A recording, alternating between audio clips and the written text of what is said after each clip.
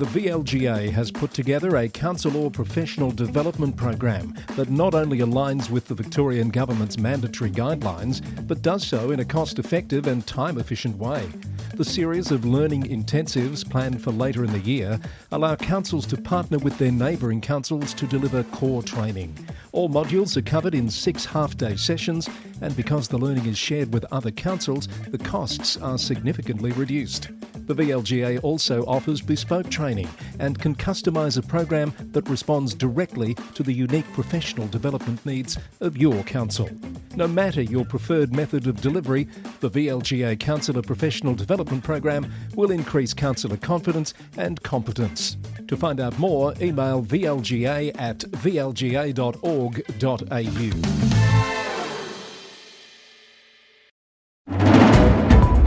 Ahead on the roundup, a Metro Council exploring legal options to challenge the state's ESV levy. A controversial mayor returns to work. Victorian councils recognised for excellence. Local government contributors make the King's Birthday Honours list. An ex-mayor and a current mayor announce surprise resignations. Staff cutbacks proposed at Gold Coast. The Sunshine Coast delays its budget due to internal reporting concerns. And a WA council accused of belligerence as the state government steps in. It's Tuesday the 10th of June. Hello, I'm Chris Eddy. Welcome back to the Local Government News Roundup after the King's Birthday long weekend. Our podcast is brought to you by the Victorian Local Governance Association, the national broadcaster on all things local government. With support from Symphony 3, simple, connected customer experiences.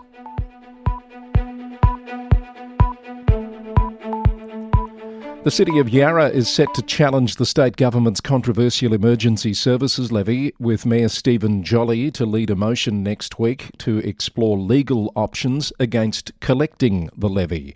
He's told the Herald Sun that it's a line in the sand moment for local government autonomy. The council is seeking legal advice on whether it can refuse to collect the new levy or challenge its introduction. The development marks a significant escalation in the levy dispute, which has already seen fierce opposition from rural communities. While the government has paused the levy for farmers for 1 year, urban residents and businesses will still be required to pay the increased tax.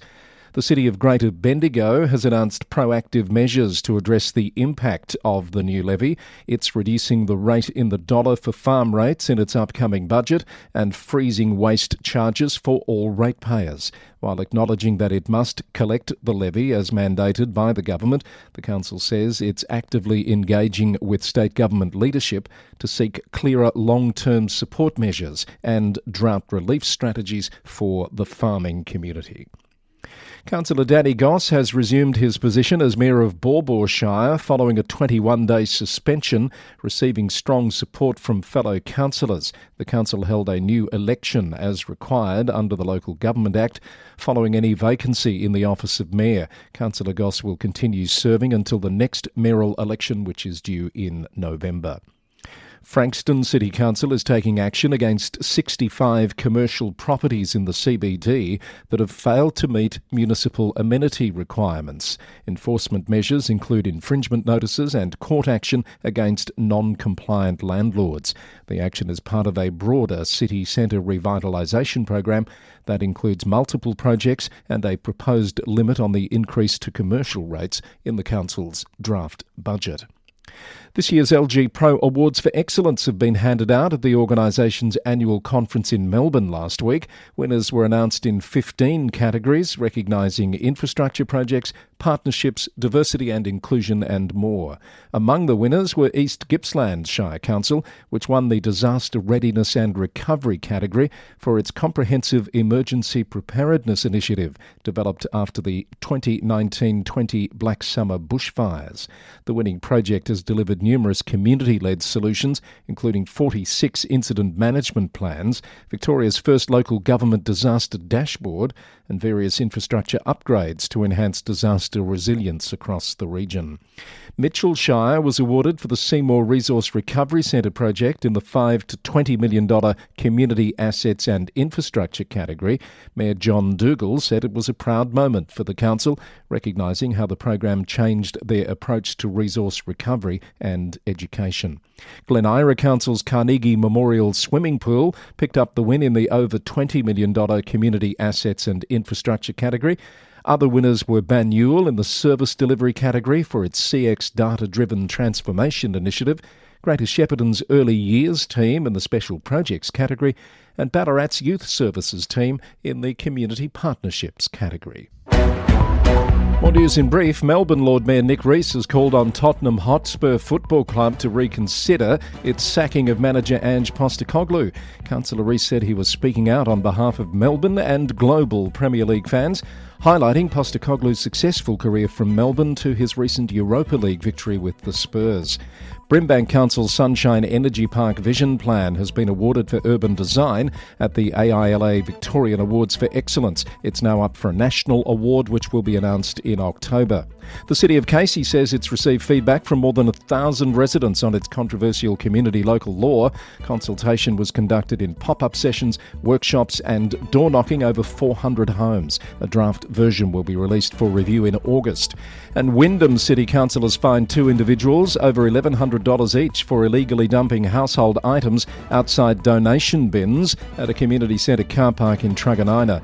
The Star Weekly reported that illegal dumping has cost Wyndham City ratepayers $6.1 million over the past 5 years.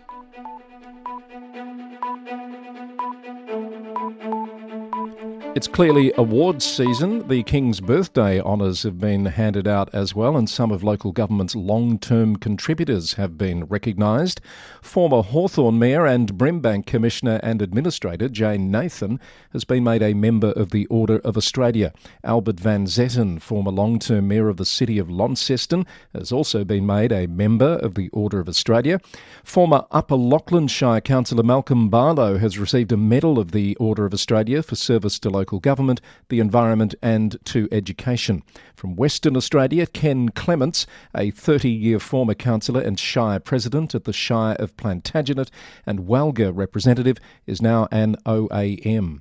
And from Queensland, the late Neil Fisher, former councillor and Deputy Mayor at Rockhampton, has been awarded a Medal of the Order of Australia, along with John Lush, a former councillor at Adelaide Plains Council in South Australia. Max Eastcott, the General Manager of Gudea Shire, has received the Public Service Medal. Max has announced his retirement effective next month after more than 24 years with Gudea and the former Bingara Shire Council. A Public Service Medal has also been awarded to the Deputy Secretary of the Office of Local Government New South Wales, Brett Whitworth, along with Peter C., a 44-year local government veteran who served as a Director of Engineering Services for 17 years across a number of Queensland councils. Some New South Wales news for you. Former Cessnock Mayor Jay Suval has announced his resignation as a councillor on Cessnock Council after 8 years of service, including 3 years as mayor. In a statement on social media, he said new professional commitments and increased family responsibilities were the primary reasons for his departure. He's reflected on his tenure on the council, particularly as mayor, during which he oversaw significant infrastructure developments, including a tripled capital works program worth $67 million last year. His position is likely to be filled by former Deputy Mayor James Hawkins following an Electoral Commission recount. Former Mid-Coast Councillor Dira Smith, who served from 2021 until her resignation in April due to illness, has passed away. She leaves behind a legacy of environmental advocacy and community service. In paying tribute to the former councillor, Mayor Claire Ponton said Dira was known for her dedication to sustainability, koala conservation and community inclusion, and that she maintained a quiet but impactful presence in local government. The Manning River Times reported that Ms Smith died peacefully at home with her husband by her side. And John Martin OAM, the first popularly elected mayor of Singleton Shire, passed away last week, leaving behind a legacy of over 6 decades of community service, including 50 years as a local government representative. Mayor Sue Moore paid tribute to Mr Martin's extensive contributions, which encompassed roles in the State Emergency Service, Meals on Wheels and various community organisations. He was one of only 5 people to receive the Freeman of the Shire honour, recognising his status as a pillar of the Singleton community. Andrew Medal, the new CEO of Kempsey Shire Council, has hit the ground running in his first week on the job, joining government MPs for a tour to assess the damage from recent floods. He said he was shocked at the damage he observed, but was particularly impressed with the commitment of staff working around the clock on investigating and repairing damage to roads, bridges and infrastructure across the Shire. Mr Medal, originally from Essex in England, has moved to Kempsey from South Australia to take up the position after 13 years in local and state government roles in that state. Bedalla Council has given an update on construction of a 3,000 megalitre off-river dam near Bedalla. The dam features a 39-metre high and 370-metre long embankment that will store water pumped from the Turos River during high flow periods. The project, aiming to enhance drought security, bushfire resilience and accommodate increased water demand from tourism and population growth, is 3/4 complete and is expected to be finished in August. Some New South Wales Council briefs for you. Tamworth Mayor Russell Webb has wrapped up a 3-day visit to Nashville, Tennessee, where he met with the city's Mayor Freddie O'Connell and other city leaders. The sister cities of Nashville held a Tamworth plus Nashville celebration, which included visiting Australian artists and fans.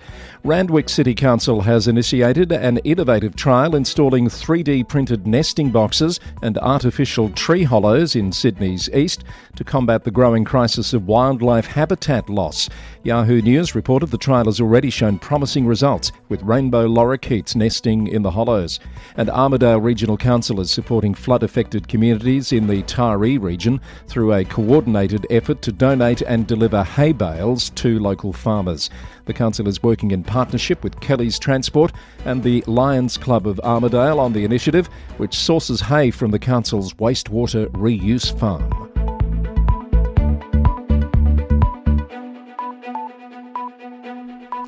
This is the Local Government News Roundup for Tuesday the 10th of June. If you've had a long weekend, I hope it's been as productive or as relaxing as you wanted it to be. My thanks to the Victorian Local Governance Association, sponsors of this podcast. They've been with us since day one. They're the national broadcaster on all things local government. And support for the podcast comes from Symphony 3. Check out their Smart Glue system, designed to bring you simple, connected customer experiences. Let's check some news from Queensland, where Gold Coast City Council is reportedly preparing for significant staff cutbacks as it aims to find $75 million in savings over the next year. The Gold Coast Bulletin reported at least 100 workers in non-essential services are targeted for voluntary redundancies. Mayor Tom Tate and CEO Tim Baker say frontline services will not be affected and that the cost-saving measures will ensure the average general rate increase can be limited to 2.7%. Proposed changes include relocating staff from Bundall, merging departments and finding rostering efficiencies, with formal consultation to be held with staff on how the changes might be implemented. Sunshine Coast Council has postponed its budget adoption to July 7 following the discovery of historical issues in depreciation reporting that have impacted financial statements over the past 5 years. CEO John Baker said the discovery of inaccurate internal reporting of the council's true financial position in recent years will result in a $20 million deficit this financial year. He said while external audits had been compliant, robust financial controls and reporting mechanisms are being introduced to ensure this type of issue would not happen again. 8 councils across the Wide Bay, Burnett and Central Queensland regions have formed a climate resilient alliance led by Fraser Coast Regional Council to collaboratively address climate change impacts. The alliance has received a $100,000 grant through a partnership with LGAQ and the state government. It will focus on environmental management, community engagement, social connections and economic development, while helping the 8 councils access future funding for local climate resilience projects. And Douglas Shire's new splash park in Port Douglas is set to open during the Term 3 school holidays in September. The $4.75 million project is partially funded by the Queensland Government, which has contributed $2.5 million. To Tasmania now, and Hobart City Council will hold a special meeting this week at which it's expected to confirm its formal opposition to state government legislation aimed at fast-tracking the Macquarie Point Stadium project. Pulse Tasmania reported that the council has concerns about the heritage impact of the project and lost waterfront opportunities. A submission will be voted on tomorrow night, but there are suggestions the snap state election has placed the future of the stadium precinct in doubt. Clarence City Council has purchased a $23.5 million office building in Rosny as part of a strategic vision to develop a civic precinct and revitalise the city centre. The purchase has been funded through existing cash reserves without impacting current budgets or rates. The building currently houses government tenants, and plans for the site will be determined through community consultation and business case analysis. A surprise resignation in South Australia, where Gawler Council's Mayor Karen Redman has reportedly resigned with immediate effect after 10 years in the role. The Adelaide Advertiser reported that personal reasons were given for the resignation, which was announced publicly last week. Her tenure was marked by various challenges, including conflicts with former councillor Ian Tooley and an investigation into bullying claims against a former chief executive.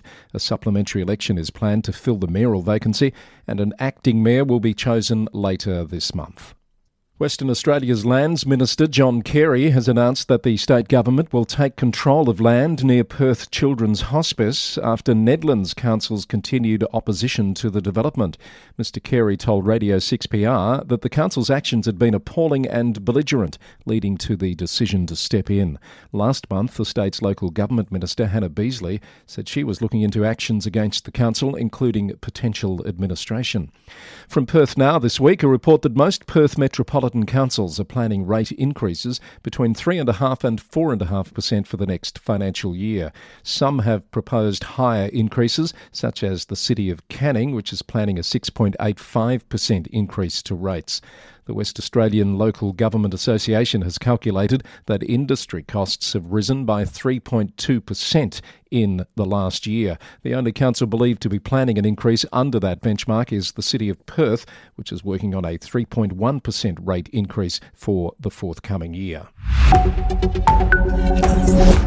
And now let's look at some stories from overseas in our global roundup. In Birmingham in the UK, the bin strike there could continue until December after Unite Union members voted overwhelmingly to continue industrial action in a dispute over pay and jobs. The dispute, which began in January with all-out strike action from March, centres on the removal of certain roles and potential pay cuts. BBC News reported that both the union and the council are maintaining firm positions while mediation talks continue. Council boycotts of defence companies due to the war in Gaza have cost those companies about £30 million, according to a new report.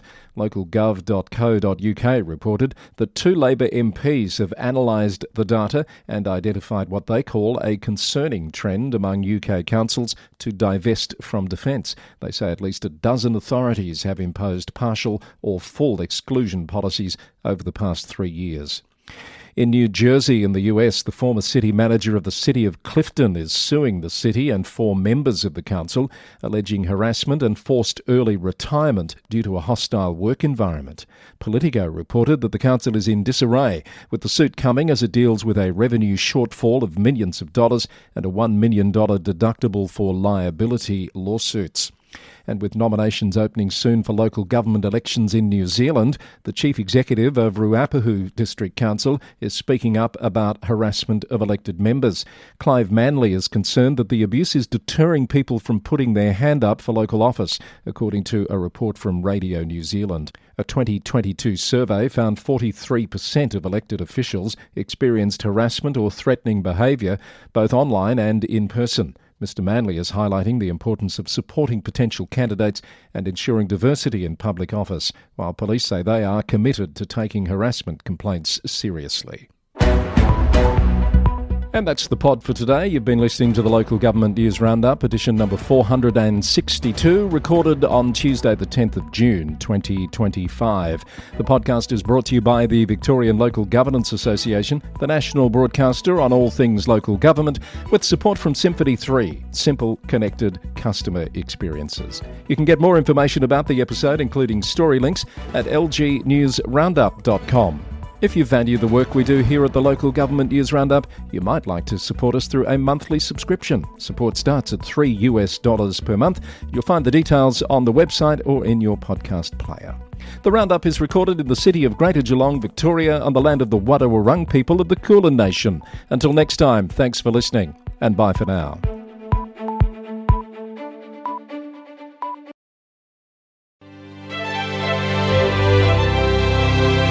I'm thrilled to welcome Symphony 3 to the Local Government News Roundup family. If you're a local council, you know how challenging it can be to manage data across all your different systems. That's where Symphony 3 comes in. They've developed Smart Glue, a platform that integrates over 55 council systems, automating data flow without the need for manual work. It turns confusion into simplicity. With Smart Glue, councils save time, reduce errors and empower staff to focus on what really matters. Their clients see a real difference, up to 20% boost in productivity, with savings of over $30,000 per integration every year. Symphony 3 helps councils work smarter, faster and more efficiently, all while better supporting the communities they serve.